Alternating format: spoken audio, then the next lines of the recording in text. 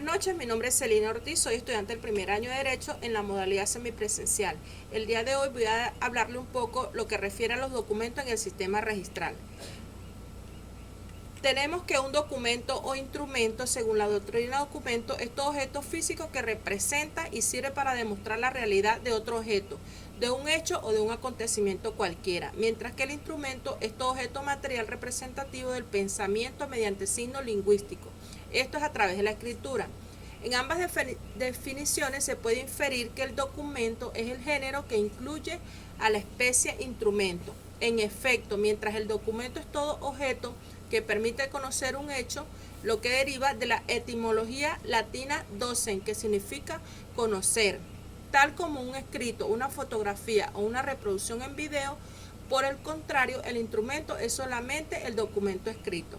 Tenemos que en el Código Civil de Venezuela, en el artículo 1357, nos habla que el instrumento público o auténtico es el que ha sido autorizado con las solemnidades legales por un registrador, por un juez u otro funcionario o empleado público, que tenga facultad para darle fe pública en el lugar donde el instrumento se haya autorizado. Mientras que el instrumento privado, en el artículo 1363, reconocido o tenido legalmente por reconocido, tiene entre las partes y respecto de terceros la misma fuerza probatoria que el instrumento público, en el que se refiere al hecho material de las declaraciones. Hace fe hasta prueba en contrario de la verdad de esa. Por otra parte, tenemos la clasificación de documentos, que son los públicos, son aquellos emitidos por las entidades del sector público, en la administración pública. Los privados están reconocidos por las partes interesadas, pero no ante las autoridades. Un documento público es un documento que es creado o autorizado por un funcionario o un notario público. Además, tiene que cumplir con todos los requisitos establecidos en la ley.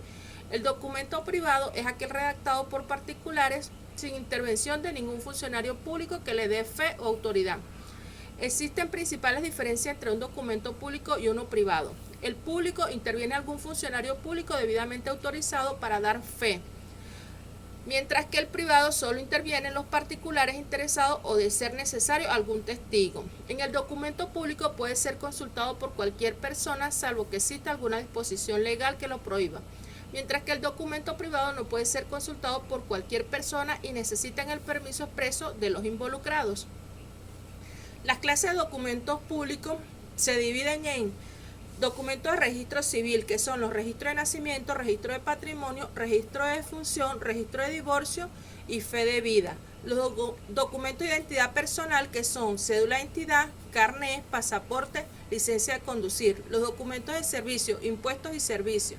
Los documentos de propiedad, vivienda, terreno o vehículos. Y los documentos de acreditación, que son los diplomas, los títulos y los reconocimientos.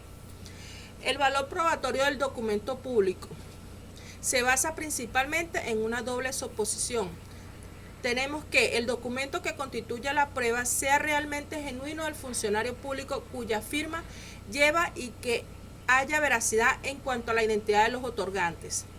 Por otra parte, que la afirmación de este funcionario público en el ejercicio de sus funciones sea sincero, es decir, conforme a la verdad.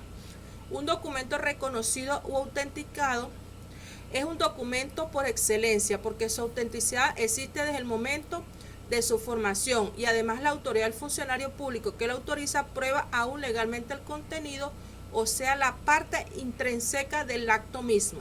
La autentificación de documentos es un proceso que se realiza para garantizar que la información que contienen es válida y auténtica, es decir, garantiza que un documento concreto no ha sido modificado o alterado con posterioridad a su firma y está rubricado por un representante autorizado.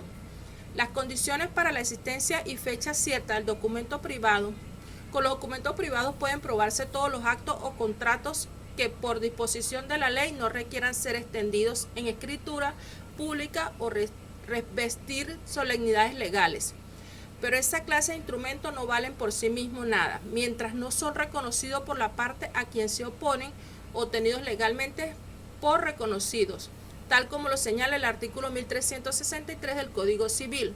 Por tanto, el documento privado, obra exclusiva de un particular, considerado en sí mismo, no puede tener fuerza probatoria sino cuando es verdadero, auténtico, considerando la palabra auténtico en su sentido filológico antes anotada.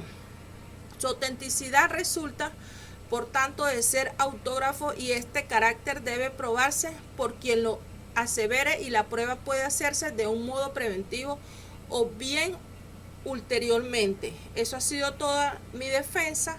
Que tengan una muy feliz noche. Gracias.